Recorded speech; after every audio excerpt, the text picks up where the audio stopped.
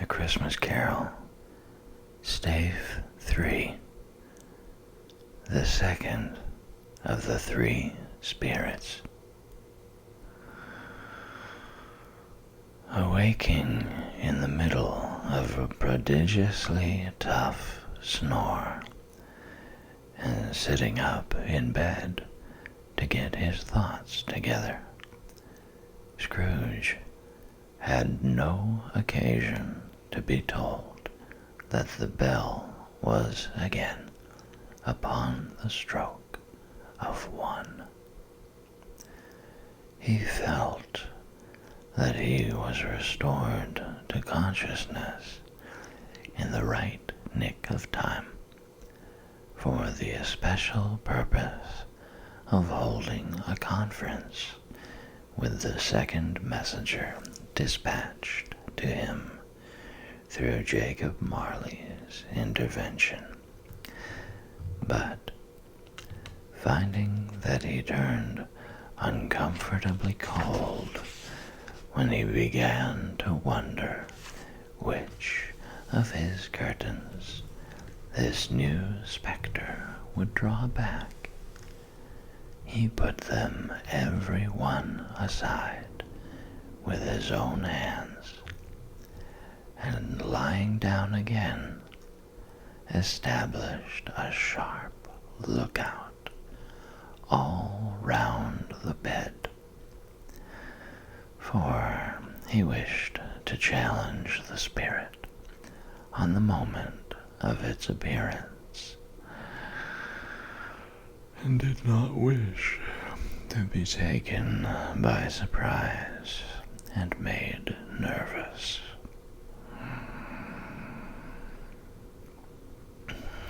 Gentlemen of the free and easy sort, who plume themselves on being acquainted with a move or two,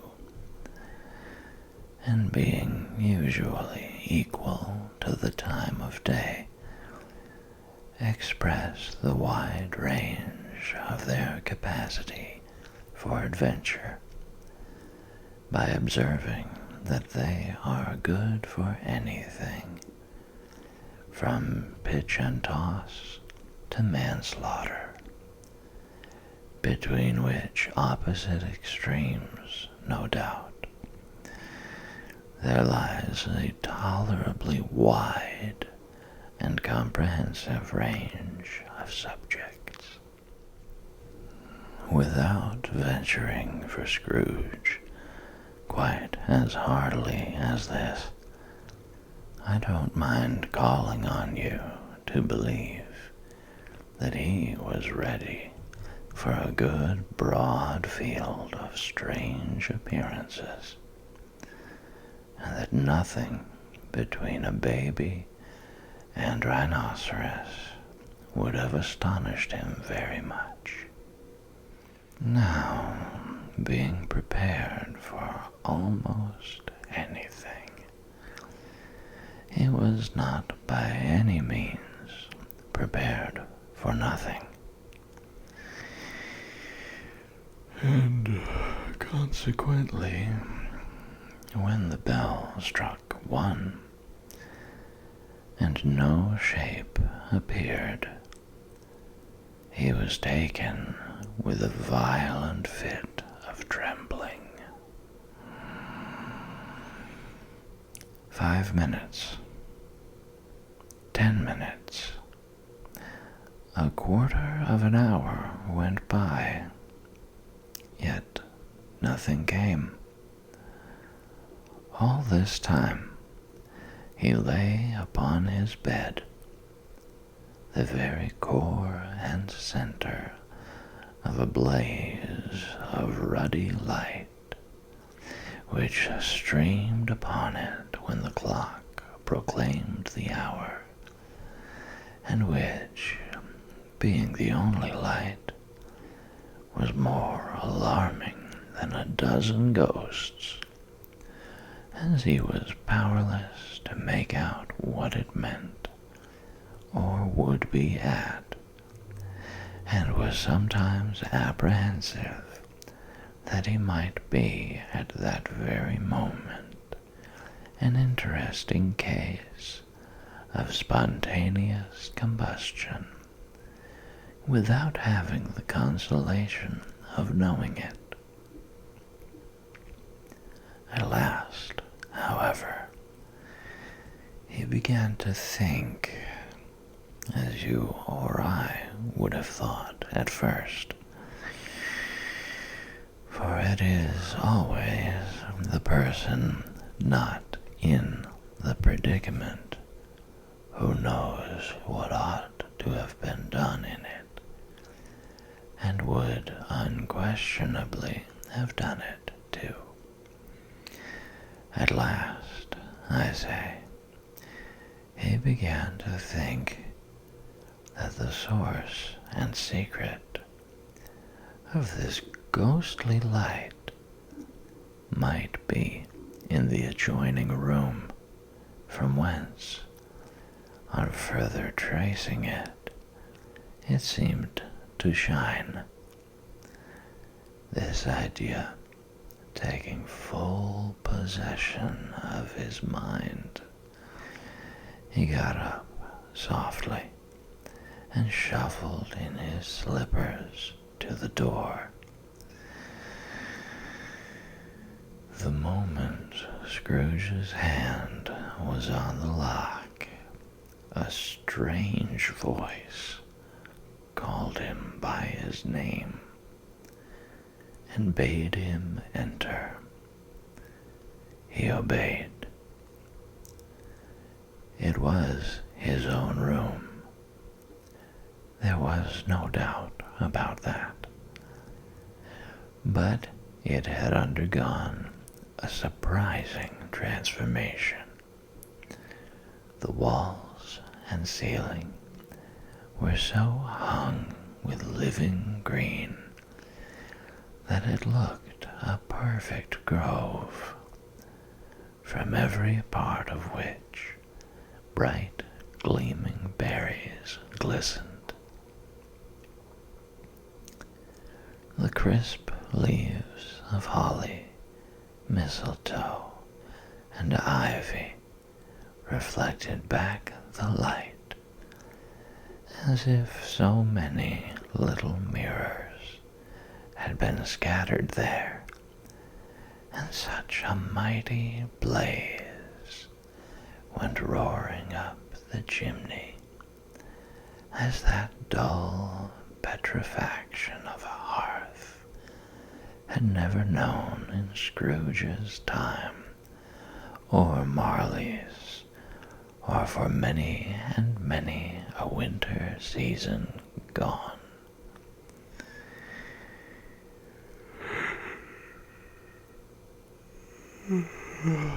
Heaped up on the floor to form a kind of throne were turkeys, geese, game, poultry, brawn, great joints of meat, sucking pigs, long wreaths of sausages, mince pies, plum puddings, barrels of oysters, red-hot chestnuts, cherry-cheeked apples, juicy oranges, luscious pears, immense 12th cakes, and seething bowls of punch that made the chamber dim with their delicious steam.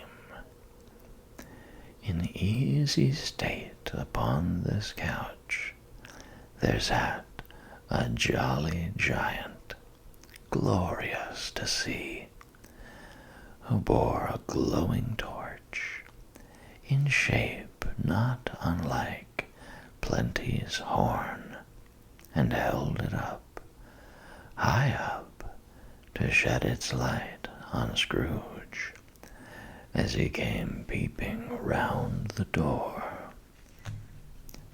"Come in," exclaimed the ghost. "Come in, and know me better, man. Scrooge entered timidly and hung his head before this spirit. He was not the dogged Scrooge he had been, and though the spirit's eyes were clear and kind, he did not like to meet them. "I am the ghost of Christmas present," said the spirit. "Look upon me." Scrooge reverently did so. It was clothed in one simple green robe or mantle, bordered with white fur. This garment hung so loosely on the figure that its capacious breast was bare, as if disdaining to be warded or concealed by any artifice. Its feet, observable beneath the ample folds of the garment, were also bare, and on its head it wore no other covering than a holly wreath, set here and there with shining icicles. Its dark brown curls were long and free as its genial face, its sparkling eye, its open hand, its cheery voice, its unconstrained demeanor, and its joyful air. Girded round its middle was an antique scabbard, but no sword was in it, and the ancient sheath was eaten up with rust. "You have never seen the like of me before," exclaimed the spirit. "Never," Scrooge made answer to it. "Never walked forth with the younger members of my family, meaning, for I am very young, my elder brothers born in these later years," pursued the phantom. "I don't think I have," said Scrooge. "I am afraid I have not." "Have you had many brothers, spirit?" "More than 1,800, said the ghost. "A tremendous family to provide for," muttered Scrooge. The ghost of Christmas present rose. "Spirit," said Scrooge submissively, "conduct me where you will. I went forth last night on compulsion, and I learnt a lesson which is working now. Tonight, if you have aught to teach me, let me profit by it." "Touch my robe." Scrooge did as he was told, and held it fast. Holly, mistletoe, red berries, ivy, turkeys, geese, game, poultry, brawn, meat, pigs, sausages, oysters, pies, puddings, fruit, and punch, all vanished instantly. So did the room, the fire, the ruddy glow, the hour of night, and they stood in the city streets on Christmas morning, where, for the weather was severe, the people made a rough but brisk and not unpleasant kind of music in scraping the snow from the pavement in front of their dwellings and from the tops of their houses, whence it was mad delight to the boys to see it come plumping down into the road below and splitting into artificial little snowstorms. The house fronts looked black enough, and the windows blacker, contrasting with the smooth white sheet of snow upon the roofs, and with the dirtier snow upon the ground, which last deposit had been plowed up in deep furrows by the heavy wheels of carts and wagons, furrows that crossed and recrossed each other hundreds of times, where the great streets branched off and made intricate channels, hard to trace in the thick yellow mud and ice water. The sky was gloomy, and the shortest streets were choked up with a dingy mist, half thawed, half frozen, whose heavier particles descended in a shower of sooty atoms, as if all the chimneys in Great Britain had, by one consent, caught fire, and were blazing away to their dear hearts' content. There was nothing very cheerful in the climate or the town, and yet was there an air of cheerfulness abroad that the clearest summer air and brightest summer sun might have endeavored to diffuse in vain. For the people were shoveling away on the housetops, were jovial and full of glee, calling out to one another from the parapets, and now and then exchanging a facetious snowball, better-natured missile far than many a wordy jest, laughing heartily if it went right, and not less heartily if it went wrong. The poulterers' shops were still half open, and the fruiterers were radiant in their glory. There were great, round, pot-bellied baskets of chestnuts, shaped like the waistcoats of jolly old gentlemen, lolling at the doors and tumbling out into the street in their apoplectic opulence.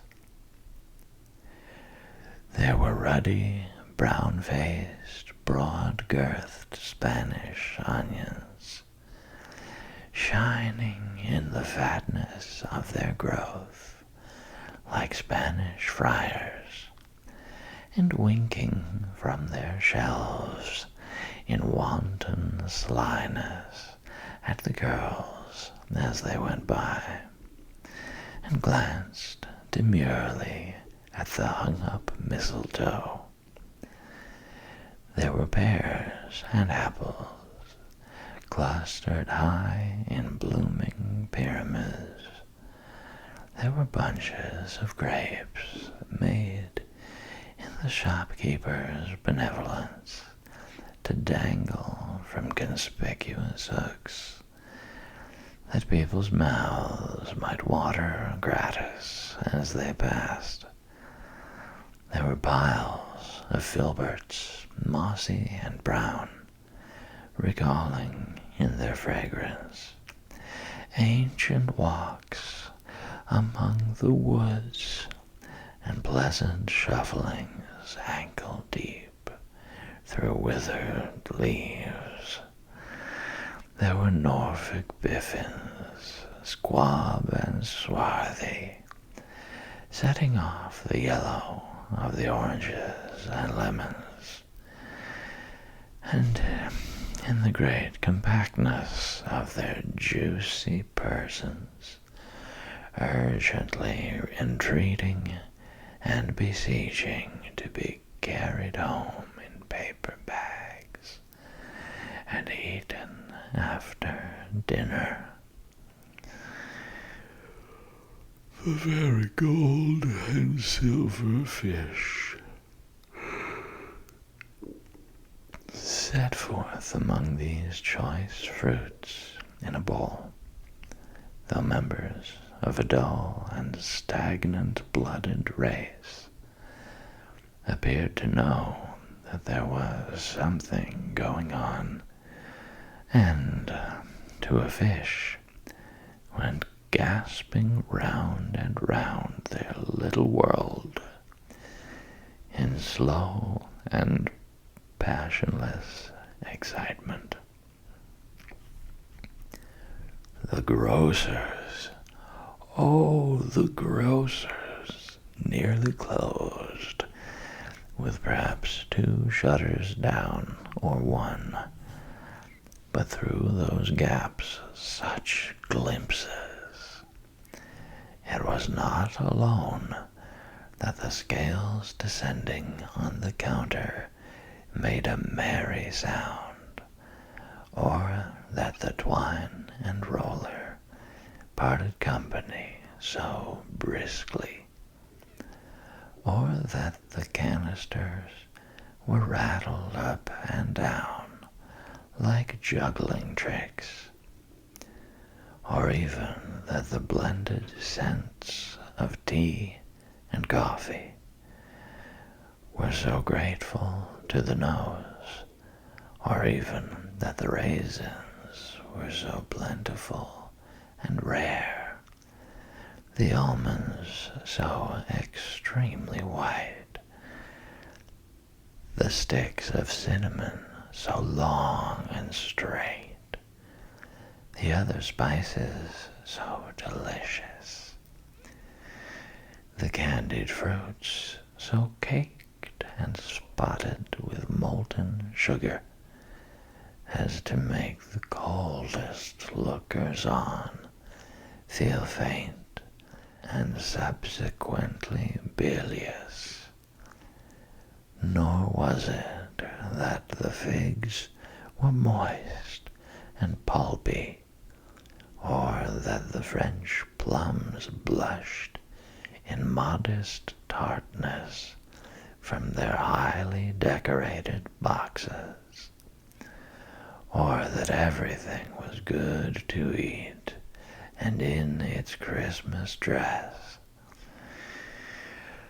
But the customers were all so hurried and so eager in the hopeful promise of the day that they tumbled up against each other at the door, crashing their wicker baskets wildly, and left their purchases upon the counter, and came running back to fetch them, and committed hundreds of the like mistakes in the best humor possible, while the grocer and his people were so frank and fresh that the polished hearts with which they fastened their aprons behind might have been their own,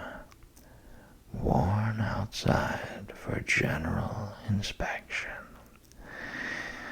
and for Christmas dolls to peck at if they chose.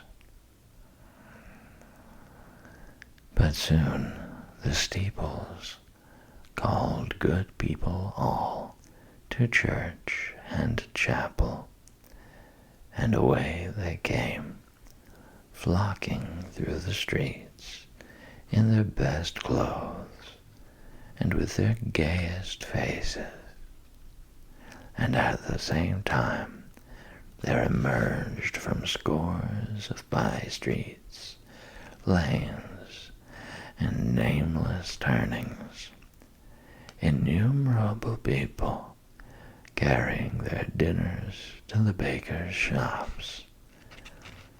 The sight of these poor revelers appeared to interest the spirit very much, for he stood with Scrooge behind him in a baker's doorway, and taking off the covers as their bearers passed, sprinkled incense on their dinners from his torch.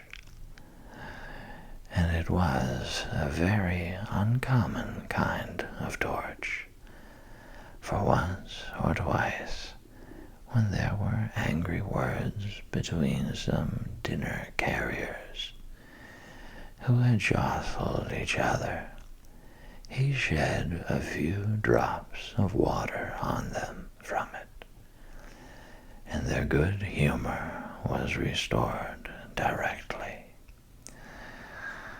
For they said it was a shame to quarrel upon Christmas Day. And so it was. God love it, so it was. In time, the bells ceased, and the bakers were shut up, and yet there was a congenial shadowing forth of all these dinners, and the progress of their cooking in the thawed blotch of wet above each baker's oven, where the pavement smoked as if its stones were cooking too. Is there a peculiar flavor in what you sprinkle from your torch? Asked Scrooge. There is. My own. Would it apply to any kind of dinner on this day? Asked Scrooge. To any kindly given, to a poor one most. Why to a poor one most? Asked Scrooge. Because it needs it most. Spirit, said Scrooge, after a moment's thought, I wonder you, of all the beings in the many worlds about us, should desire to cramp these people's opportunities of innocent enjoyment. Aye, cried the spirit, you would deprive them of their means of dining every seventh day, often the only day on which they can be said to dine at all, said Scrooge. Wouldn't you? Aye, cried the spirit. You seek to close these places on the seventh day, said Scrooge, and it comes to the same thing. I seek, exclaimed the spirit. Forgive me if I am wrong. It has been done in your name, or at least in that of your family, said Scrooge. There are some upon this earth of yours, returned the spirit, who lay claim to know us, and who do their deeds of passion, pride, ill will, hatred, envy, bigotry, and selfishness in our name, who are as strange to us and all our kith and kin as if they had never lived. Remember that, and charge their doings on themselves, not us. Scrooge promised that he would, and they went on, invisible, as as they had been before, into the suburbs of the town. It was a remarkable quality of the ghost, which Scrooge had observed at the baker's, that notwithstanding his gigantic size, he could accommodate himself to any place with ease, and that he stood beneath a low roof quite as gracefully and like a supernatural creature as it was possible he could have done in any lofty hall. And perhaps it was the pleasure the good spirit had in showing off this power of his, or else it was his own kind, generous, hearty nature, and his sympathy with all poor men, that led him straight to Scrooge's clerk. For there he went, and took Scrooge with him, holding to his robe, and on the threshold of the door the spirit smiled, and stopped to bless Bob Cratchit's dwelling with the sprinklings of his torch. Think of that. Bob had but 15 bob a week himself. He pocketed on Saturdays but 15 copies of his Christian name. And yet the ghost of Christmas Present blessed his 4-roomed house. Then up rose Mrs. Cratchit, Cratchit's wife, dressed out but poorly in a twice-turned gown, but brave in ribbons, which are cheap and make a goodly show for sixpence. And she laid the cloth, assisted by Belinda Cratchit, second of her daughters, also brave in ribbons, while Master Peter Cratchit plunged a fork into the saucepan of potatoes, and getting the corners of his monstrous shirt collar, Bob's private property, conferred upon his son and heir in honor of the day, into his mouth, rejoiced to find himself so gallantly attired, and yearned to show his linen in the fashionable parks. And now 2 smaller Cratchits, boy and girl, came tearing in, screaming that outside the baker's they had smelt the goose, and known it for their own, and basking in luxurious thoughts of sage and onion, these young Cratchits danced about the table, and exalted Master Peter Cratchit to the skies, while he, not proud, although his collars nearly choked him, blew the fire until the slow potatoes bubbling up knocked loudly at the saucepan lid to be let out and peeled. "What has ever got your precious father, then?" said Mrs. Cratchit. "And your brother, Tiny Tim, and Martha weren't as late last Christmas Day by half an hour." "Here's Martha, mother," said a girl, appearing as she spoke. "Here's Martha, mother," cried the 2 young Cratchits. "Hurrah! There's such a goose, Martha."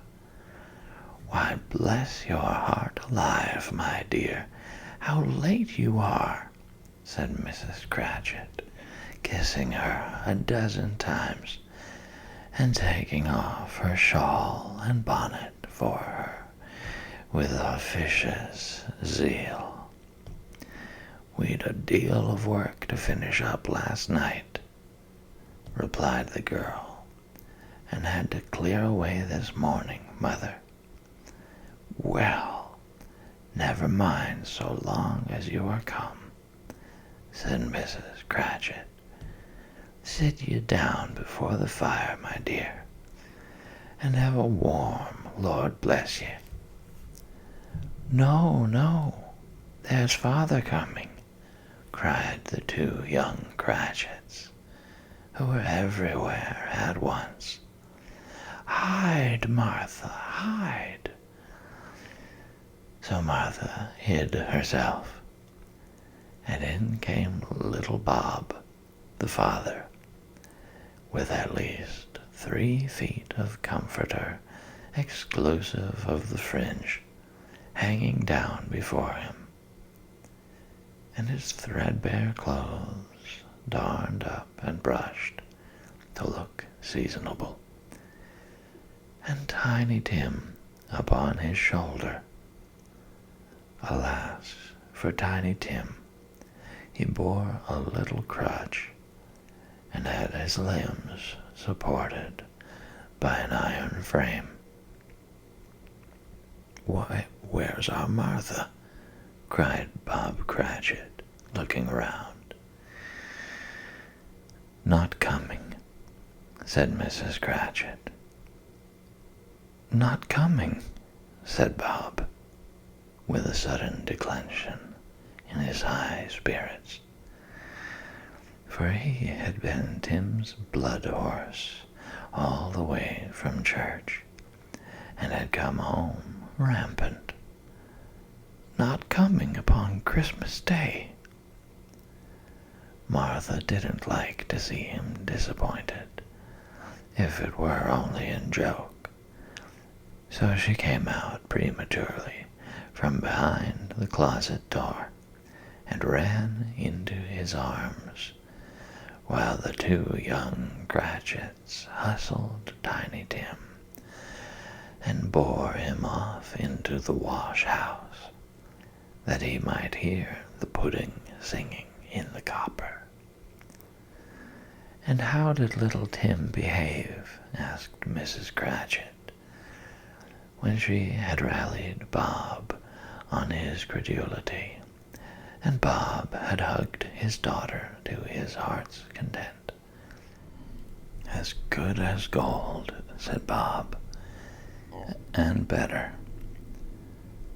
Somehow he gets thoughtful, sitting by himself so much, and thinks the strangest things you ever heard.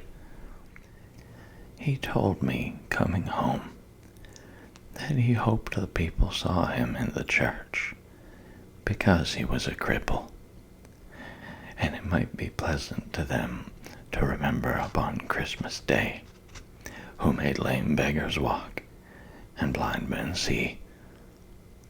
Bob's voice was tremulous when he told them this, and trembled more when he said that Tiny Tim was growing strong and hearty. His active little crutch was heard upon the floor, and back came Tiny Tim before another word was spoken, escorted by his brother and sister to his stool before the fire.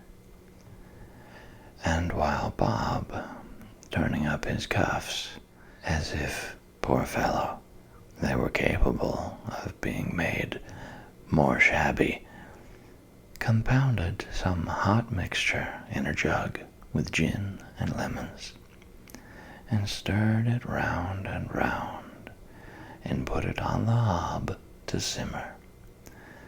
Master Peter and the two ubiquitous young Cratchits went to fetch the goose, with which they soon returned in high procession.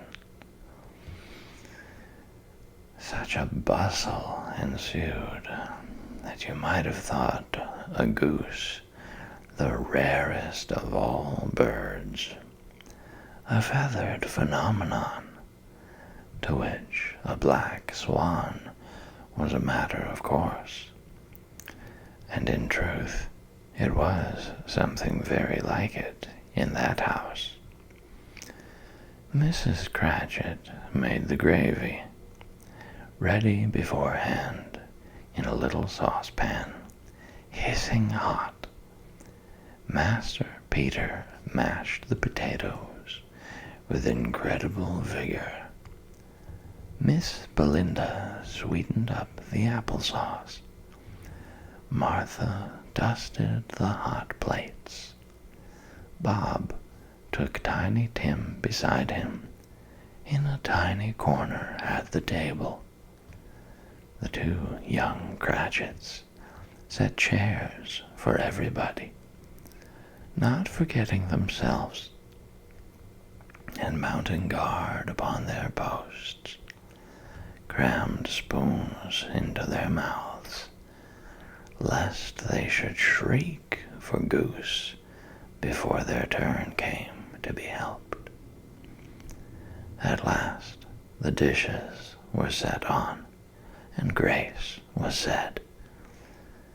It was succeeded by a breathless pause, as Mrs. Cratchit, looking slowly all along the carving knife, prepared to plunge it in the breast.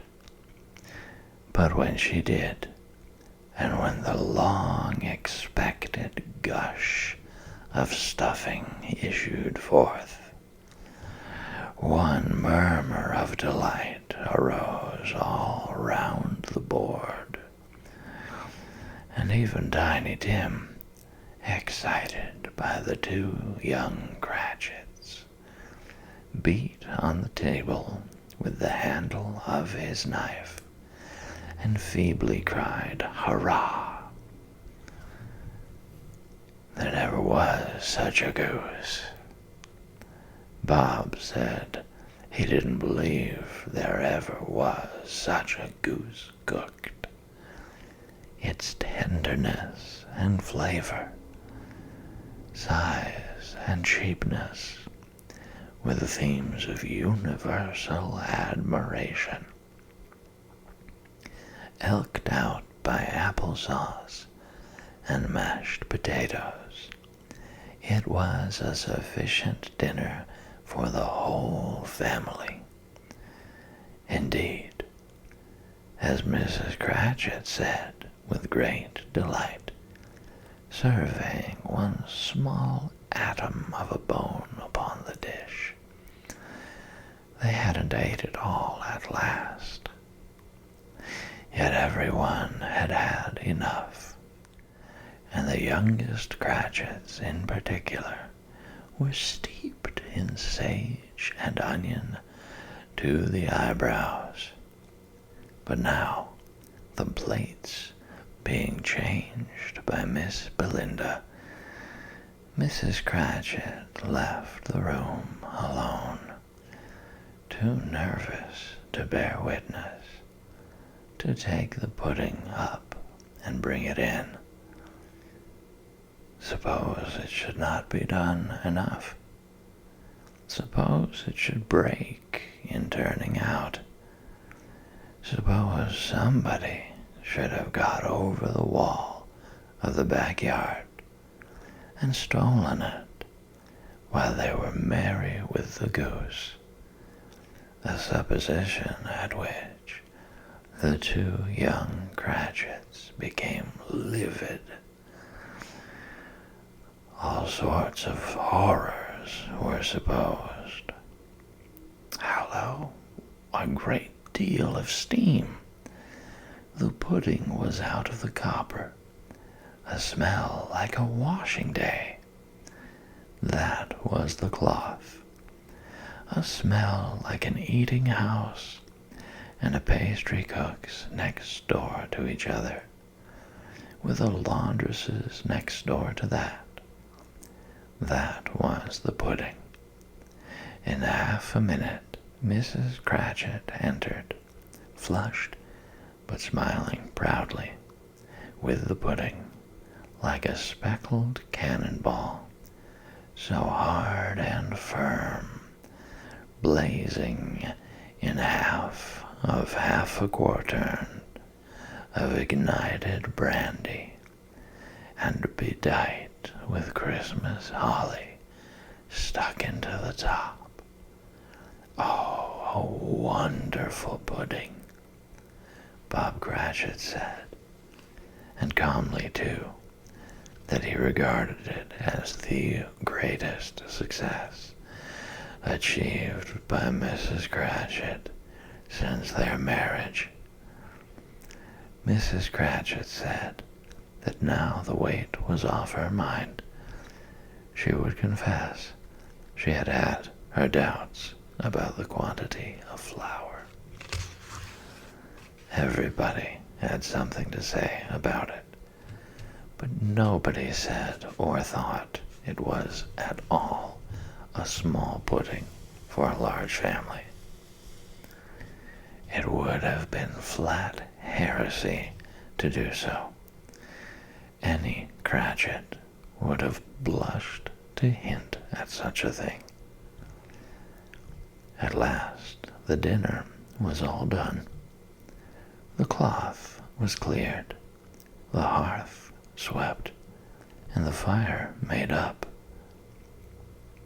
The compound in the jug being tasted and considered perfect, apples and oranges were put upon the table, and a shovelful of chestnuts on the fire.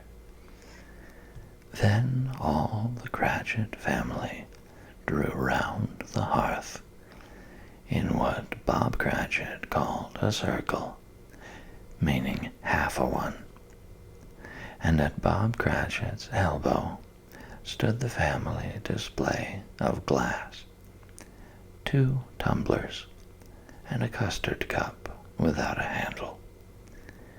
These held the hot stuff from the jug, however, as well as golden goblets would have done, and Bob served it out with beaming looks, while the chestnuts on the fire sputtered and cracked noisily.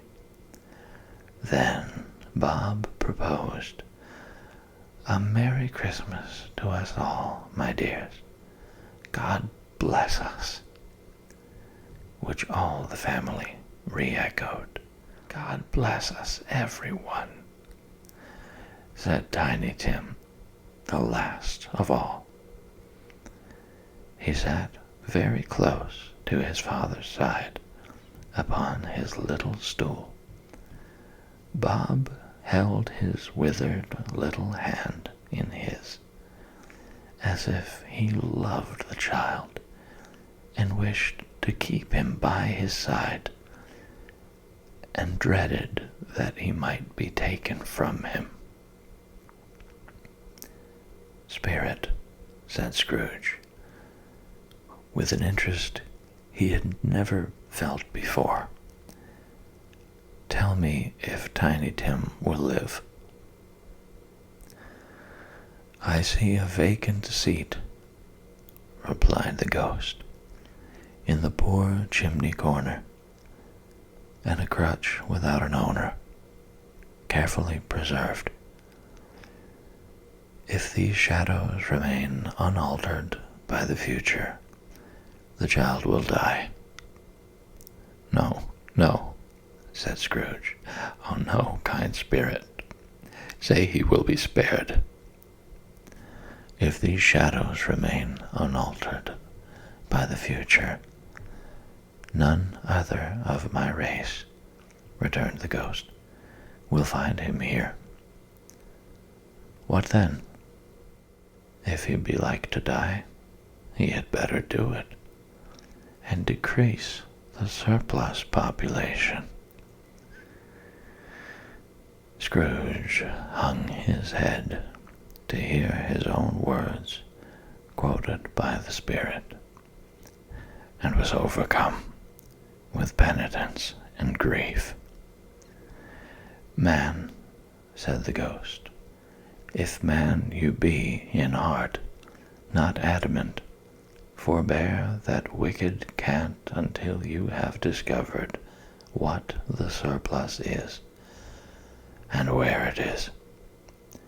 Will you decide what men shall live, what men shall die? It may be that in the sight of heaven you are more worthless and less fit to live than millions like this poor man's child. O God, to hear the insect on the leaf pronouncing on the too much life among his hungry brothers in the dust." Scrooge bent before the ghost's rebuke, and trembling cast his eyes upon the ground, but he raised them speedily on hearing his own name. "Mr. Scrooge," said Bob, "I'll give you Mr. Scrooge, the founder of the feast." "The founder of the feast, indeed," cried Mrs. Cratchit, reddening. "I wish I had him here. I'd give him a piece of my mind to feast upon, and I hope he'd have a good appetite for it." "My dear," said Bob, "the children, Christmas Day." "It should be Christmas Day, I am sure," said she, "on which one drinks the health of such an odious, stingy, hard, unfeeling man as Mr. Scrooge. You know he is, Robert. Nobody knows it better than you do, poor fellow." "My dear," was Bob's mild answer, "Christmas Day." "I'll drink his health for your sake, and the day's," said Mrs. Cratchit, "not for his. Long life to him, a Merry Christmas, and a Happy New Year. He'll be very merry and very happy, I have no doubt." The children drank the toast after her. It was the first of their proceedings, which had no heartiness. Tiny Tim drank it last of all, but he didn't care twopence for it. Scrooge was the ogre of the family. The mention of his name cast a dark shadow on the party, which was not dispelled for full 5 minutes. After it had passed away, they were 10 times merrier than before, from the mere relief of Scrooge the baleful being done with. Bob Cratchit told them how he had a situation in his eye from Master Peter, which would bring in, if obtained, full 5 and 6pence weekly. The 2 young Cratchits laughed tremendously at the idea of Peter's being a man of business, and Peter himself looked thoughtfully at the fire from between his collars, as if he were deliberating what particular investments he should favor when he came into the receipt of that bewildering income. Martha, who was a poor apprentice at a milliner's, then told them what kind of work she had to do, and how many hours she worked at a stretch, and how she meant to lie abed tomorrow morning for a good long rest. Tomorrow being a holiday she passed at home, and how she had seen a countess and a lord some days before, and how the lord was much about as tall as Peter, at which Peter pulled up his collars so high that you couldn't have seen his head if you had been there. All this time the chestnuts and the jug went round and round, and by they had a song about a lost child traveling in the snow, from Tiny Tim, who had a plaintive little voice and sang it very well indeed. There was nothing of high mark in this. They were not a handsome family. They were not well dressed. Their shoes were far from being waterproof.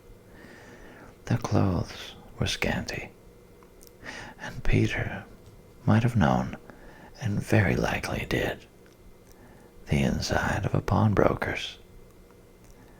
But they were happy, grateful, pleased with one another, and contented with the time, and when they faded, and looked happier yet in the bright sprinklings of the Spirit's torch at parting, Scrooge had his eye upon them, and especially on Tiny Tim, until the last. By this time it was getting dark, and snowing pretty heavily, and as Scrooge and the Spirit went along the streets, the brightness of the roaring fires in the kitchens, parlors, and all sorts of rooms was wonderful.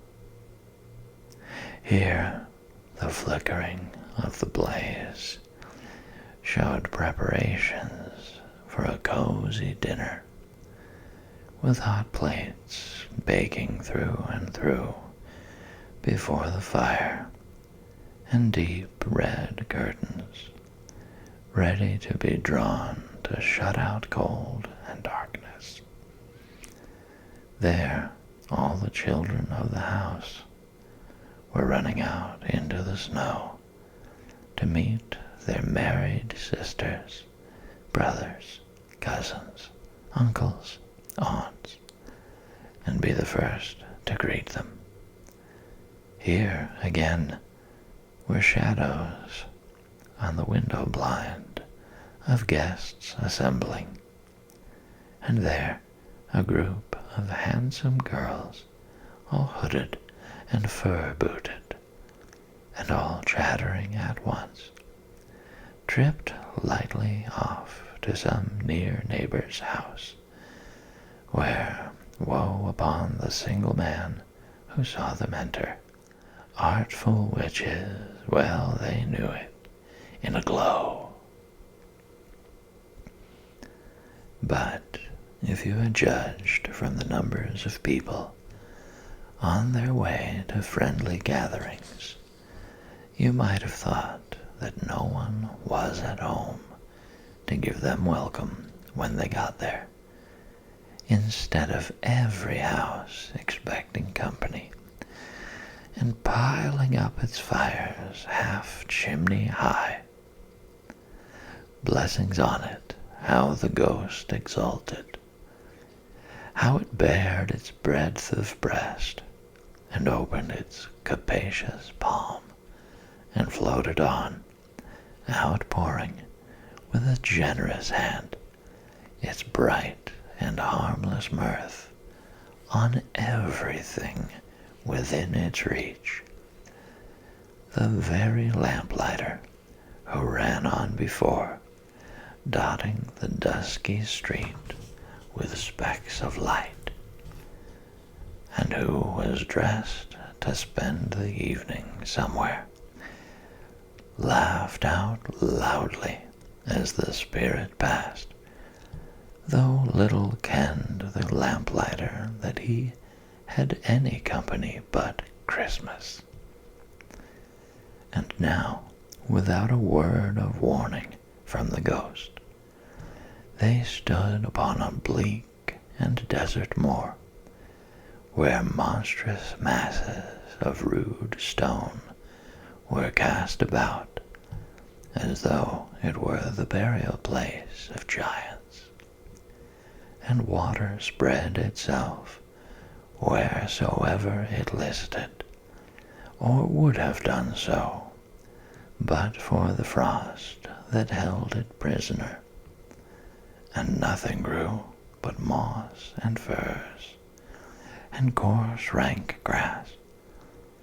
Down in the west, the setting sun had left a streak of fiery red, which glared upon the desolation for an instant, like a sullen eye, and frowning lower, lower yet, was lost in the thick gloom of darkest night. "What place is this?" asked Scrooge. "A place where miners live, who labor in the bowels of the earth," returned the spirit. "But they know me. See!" A light shone from the window of a hut, and swiftly they advanced towards it. Passing through the wall of mud and stone, they found a cheerful company assembled round a glowing fire. An old man and woman, with their children and their children's children, and another generation beyond that, all decked out gaily in their holiday attire.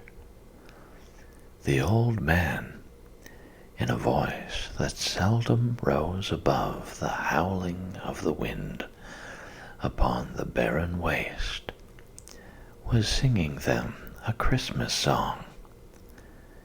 It had been a very old song when he was a boy, and from time to time they all joined in the chorus.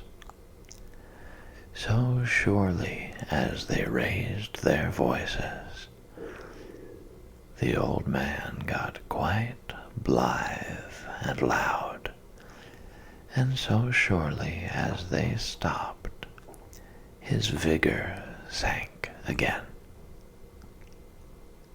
The spirit did not tarry here, but bade Scrooge hold his robe, and passing on above the moor, sped whither? Not to see. To see. To Scrooge's horror, looking back, he saw the last of the land, a frightful range of rocks behind them, and his ears were deafened by the thundering of water as it rolled and roared and raged among the dreadful caverns it had worn, and fiercely tried to undermine the earth.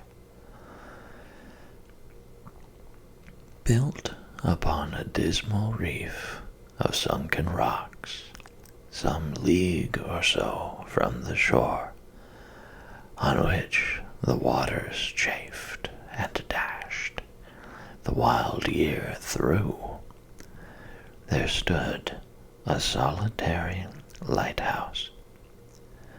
Great heaps of seaweed clung to its base, and storm birds born of the wind, one might suppose, as seaweed of the water, rose and fell about it, like the waves they skimmed. But even here, two men who watched the light had made a fire that through the loophole in the thick stone wall shed out a ray of brightness on the awful sea. Joining their horny hands over the rough table at which they sat, they wished each other Merry Christmas in their can of grog, and one of them, the elder too, with his face all damaged and scarred with hard weather, as the figurehead of an old ship might be, struck up a sturdy song that was like a gale in itself. Again the ghost sped on, above the black and heaving sea, on, until, being far away, as he told Scrooge, from any shore, they lighted on a ship. They stood beside the helmsman at the wheel, the lookout in the bow, the officers who had the watch, dark, ghostly figures in their several stations, but every man among them hummed a Christmas tune, or had a Christmas thought, or spoke below his breath to his companion of some bygone Christmas day, with homeward hopes belonging to it. And every man on board, waking or sleeping, good or bad, had had a kinder word for another on that day than on any day in the year, and had shared to some extent in its festivities, and had remembered those he cared for at a distance, and had known that they delighted to remember him. It was a great surprise to Scrooge, while listening to the moaning of the wind, and thinking what a solemn thing it was to move on through the lonely darkness over an unknown abyss, whose depths were secrets as profound as death. It was a great surprise to Scrooge, while thus engaged, to hear a hearty laugh. It was a much greater surprise to Scrooge to recognize it as his own nephew's, and to find himself in a bright, dry, gleaming room, with the spirit standing smiling by his side, and looking at that same nephew with approving affability. "Ha! Ha!" laughed Scrooge's nephew. "Ha! Ha! Ha! If you should happen, by any unlikely chance, to know a man more blessed in a laugh than Scrooge's nephew, all I can say is, I should like to know him too. Introduce him to me, and I'll cultivate his acquaintance." It is a fair, even-handed, noble adjustment of things, that while there is infection in disease and sorrow, there is nothing in the world so irresistibly contagious as laughter and good humor. When Scrooge's nephew laughed in this way, holding his sides, rolling his head, and twisting his face into the most extravagant contortions, Scrooge's niece, by marriage, laughed as heartily as he, and their assembled friends, being not a bit behindhand, roared out lustily, "Ha, ha, ha, ha, ha, ha! He said that Christmas was a humbug, as I live," cried Scrooge's nephew. "He believed it, too." "More shame for him, Fred," said Scrooge's niece indignantly. "Bless those women. They never do anything by halves. They are always in earnest." She was very pretty, exceedingly pretty, with a dimpled, surprised-looking, capital face, a ripe little mouth that seemed made to be kissed, as no doubt it was, all kinds of good little dots about her chin that melted into one another when she laughed, and the sunniest pair of eyes you ever saw in any little creature's head. Altogether, she was what you would have called provoking, you know, but satisfactory, too. Oh, perfectly satisfactory. "He's a comical old fellow," said Scrooge's nephew. "That's the truth, and not so pleasant as he might be. However, his offenses carry their own punishment, and I have nothing to say against him." "I'm sure he is very rich, Fred," hinted Scrooge's niece. "At least you always tell me so." "What of that, my dear?" said Scrooge's nephew. "His wealth is of no use to him. He don't do any good with it. He don't make himself comfortable with it. He hasn't the satisfaction of thinking that he is ever going to benefit us with it." "I have no patience with him," observed Scrooge's niece. Scrooge's niece's sisters and all the other ladies expressed the same opinion. "Oh, I have," said Scrooge's nephew. "I'm sorry for him. I couldn't be angry with him if I tried. Who suffers by his ill whims? Himself. Always. Here, he takes it into his head to dislike us, and he won't come and dine with us. What's the consequence? He don't lose much of a dinner. Indeed, I think he loses a very good dinner," interrupted Scrooge's niece. Everybody else said the same, and they must be allowed to have been competent judges, because they had just had dinner, and, with the dessert upon the table, were clustered round the fire by lamplight. "Well, I'm very glad to hear it," said Scrooge's nephew, "because I haven't great faith in these young housekeepers. What do you say, Topper?"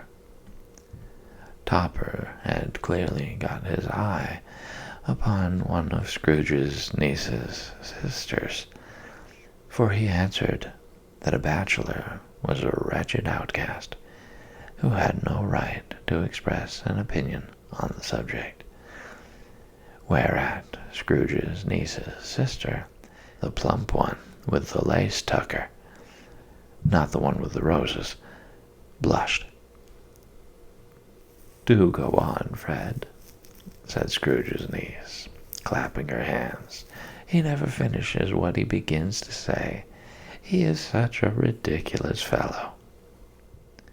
Scrooge's nephew reveled in another laugh, and as it was impossible to keep the infection off, though the plump sister tried hard to do it with aromatic vinegar, his example was unanimously followed. "I was only going to say," said Scrooge's nephew, "that the consequence of his taking a dislike to us, and not making merry with us, is, as I think, that he loses some pleasant moments, which could do him no harm. I am sure he loses pleasanter companions than he can find in his own thoughts, either in his mouldy old office or his dusty chambers. I mean to give him the same chance every year, whether he likes it or not, for I pity him. He may rail at Christmas till he dies, but he can't help thinking better of it. I defy him. If he finds me going there in good temper year after year and saying, 'Uncle Scrooge, how are you?' If it only puts him in the vein to leave his poor clerk £50, that's something, and I think I shook him yesterday." It was their turn to laugh now at the notion of his shaking Scrooge, but being thoroughly good-natured, and not much caring what they laughed at, so that they laughed at any rate, he encouraged them in their merriment, and passed the bottle joyously. After tea, they had some music, for they were a musical family, and knew what they were about when they sung a glee or catch, I can assure you. Especially Topper, who could growl away in the bass like a good one, and never swell the large veins in his forehead, or get red in the face over it. Scrooge's niece played well upon the harp, and played among other tunes a simple little air, a mere nothing. You might learn to whistle it in 2 minutes, which had been familiar to the child who fetched Scrooge from the boarding school, as he had been reminded by the ghost of Christmas past. When this strain of music sounded, all the things that ghost had shown him came upon his mind. He softened more and more, and thought that if he could have listened to it often, years ago, he might have cultivated the kindnesses of life for his own happiness with his own hands, without resorting to the sexton's spade that buried Jacob Marley. But they didn't devote the whole evening to music. After a while they played at forfeits, for it is good to be children sometimes, and never better than at Christmas, when its mighty founder was a child himself. Stop! There was first a game at blind man's buff. Of course there was. And I no more believe Topper was really blind than I believe he had eyes in his boots. My opinion is that it was a done thing between him and Scrooge's nephew, and that the ghost of Christmas present knew it. The way he went after that plump sister in the lace tucker was an outrage on the credulity of human nature. Knocking down the fire irons, tumbling over the chairs, bumping against the piano, smothering himself among the curtains. Wherever she went, there went he. He always knew where the plump sister was. He wouldn't catch anybody else. If you had fallen up against him, as some of them did, on purpose, he would have made a feint of endeavoring to seize you, which would have been an affront to your understanding, and would instantly have sidled off in the direction of the plump sister. She often cried out that it wasn't fair, and it really was not.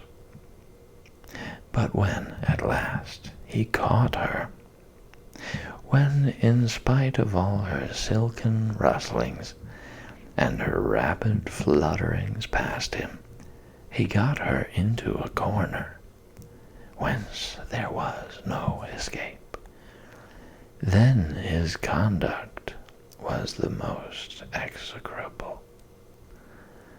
For his pretending not to know her, his pretending that it was necessary to touch her headdress, and further, to assure himself of her identity by pressing a certain ring upon her finger, and a certain chain about her neck, was vile, monstrous. No doubt she told him her opinion of it, when, another blind man being in office, they were so very confidential together behind the curtains. Scrooge's niece was not one of the blind man's buff party, but was made comfortable with a large chair and a footstool in a snug corner, where the ghost and Scrooge were close behind her. But she joined in the forfeits, and loved her love to admiration with all the letters of the alphabet.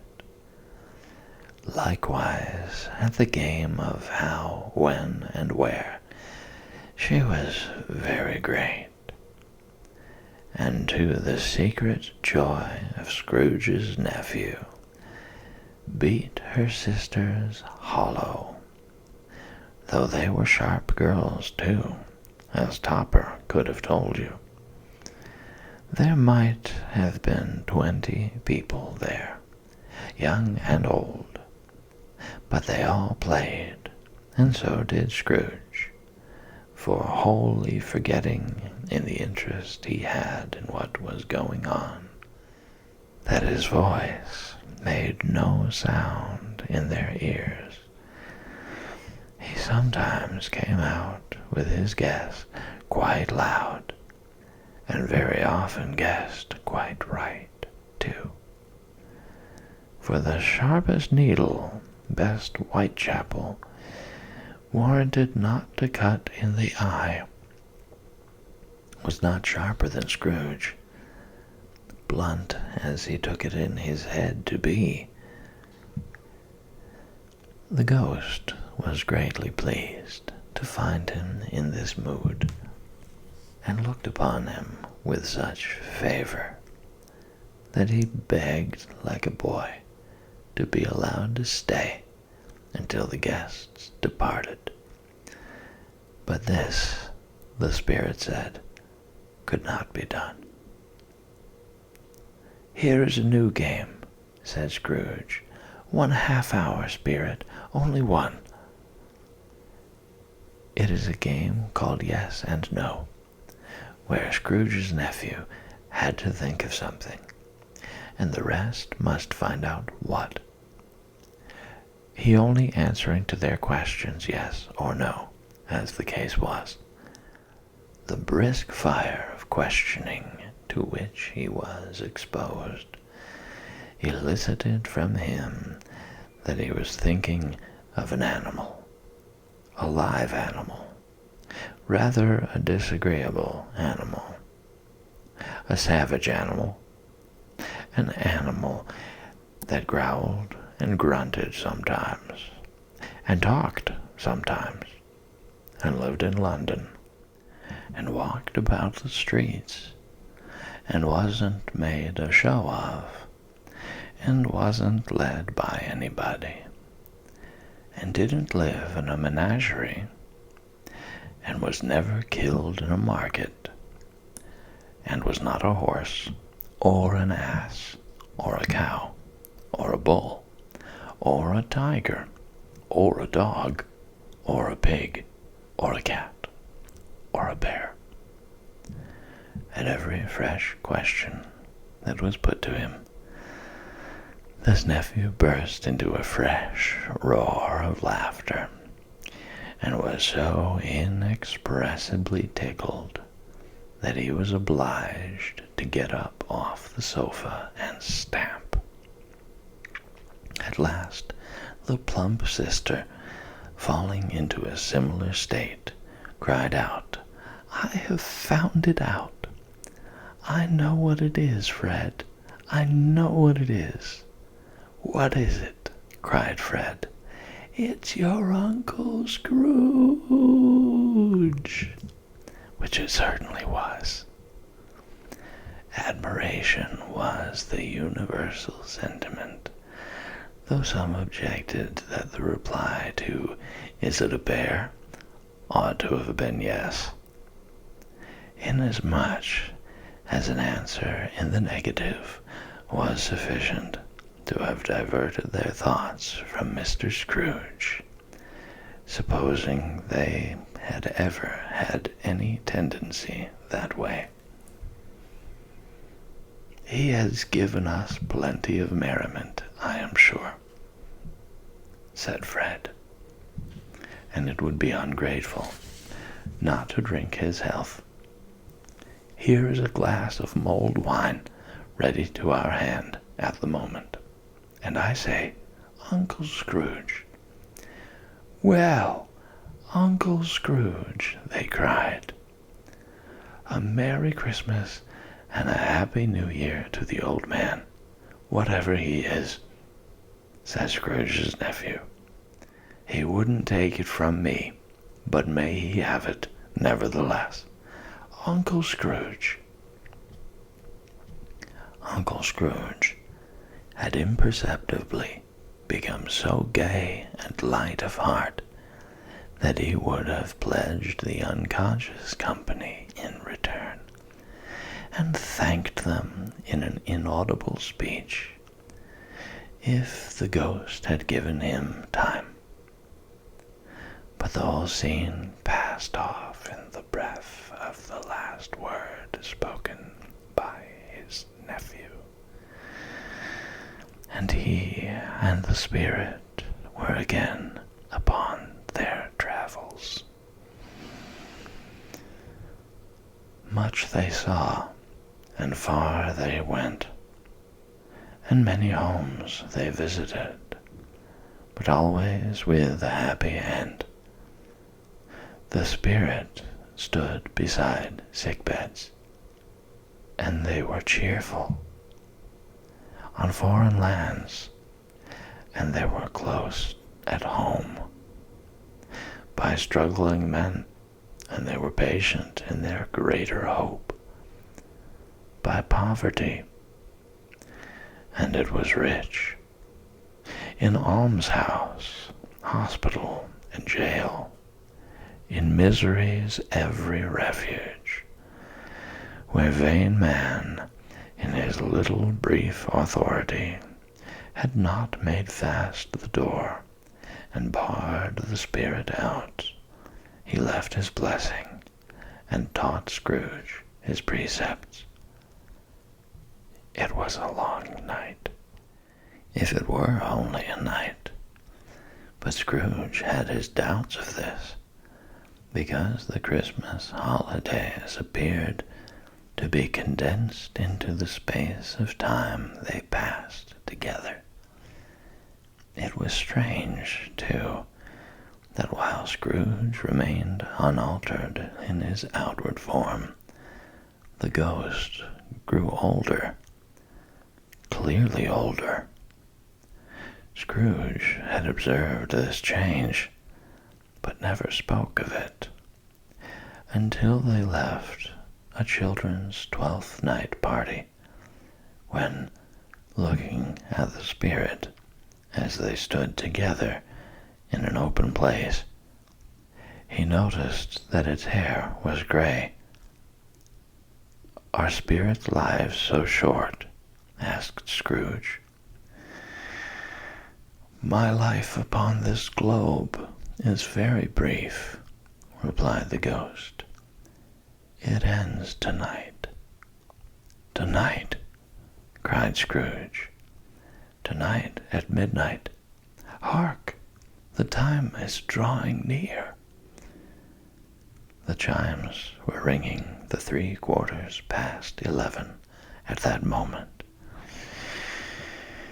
"Forgive me if I am not justified in what I ask," said Scrooge, looking intently at the spirit's robe. "But I see something strange, and not belonging to yourself, protruding from your skirts. Is it a foot or a claw?" "It might be a claw, for the flesh there is upon it," was the spirit's sorrowful reply. "Look here."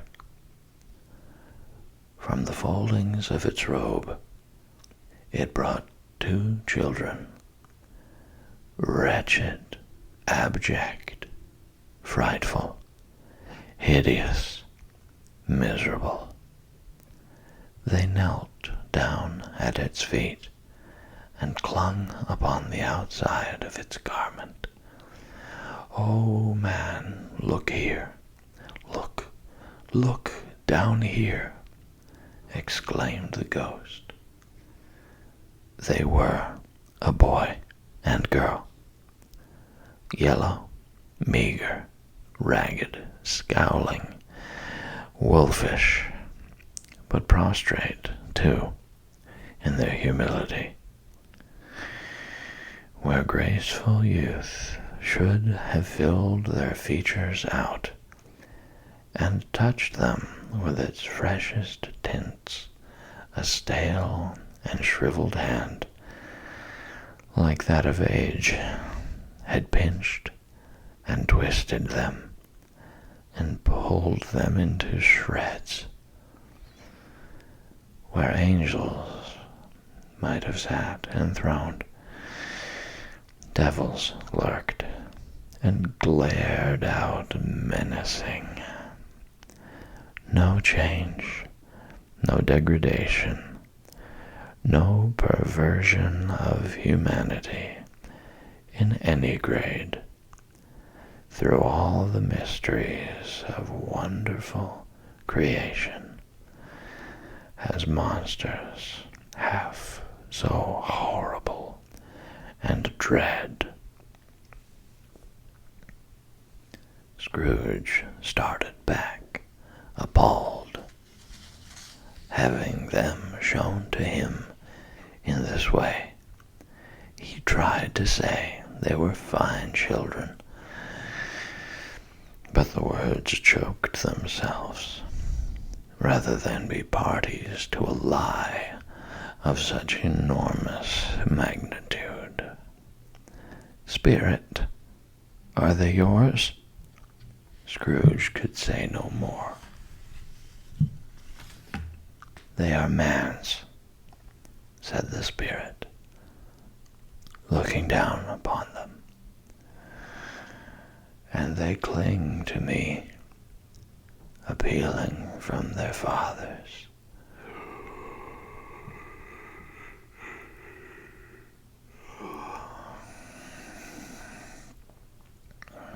This boy is ignorance. This girl is want. Beware them both, and all of their degree, but most of all, beware this boy, for on his brow I see that written which is doom, unless the writing be erased. Deny it, cried the spirit, stretching out its hand towards the city. Slander those who tell it ye. Admit it for your factious purposes, and make it worse, and abide the end. Have they no refuge or resource? Cried Scrooge. Are there no prisons? Said the spirit, turning on him for the last time with his own words. Are there no workhouses?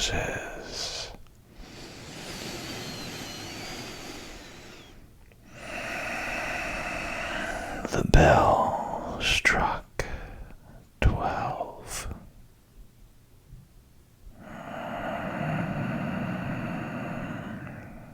Scrooge looked about him for the ghost, and saw it not. As the last stroke ceased to vibrate, he remembered the prediction of old Jacob Marley, and lifting up his eyes, beheld a solemn phantom, draped and hooded, coming like a mist along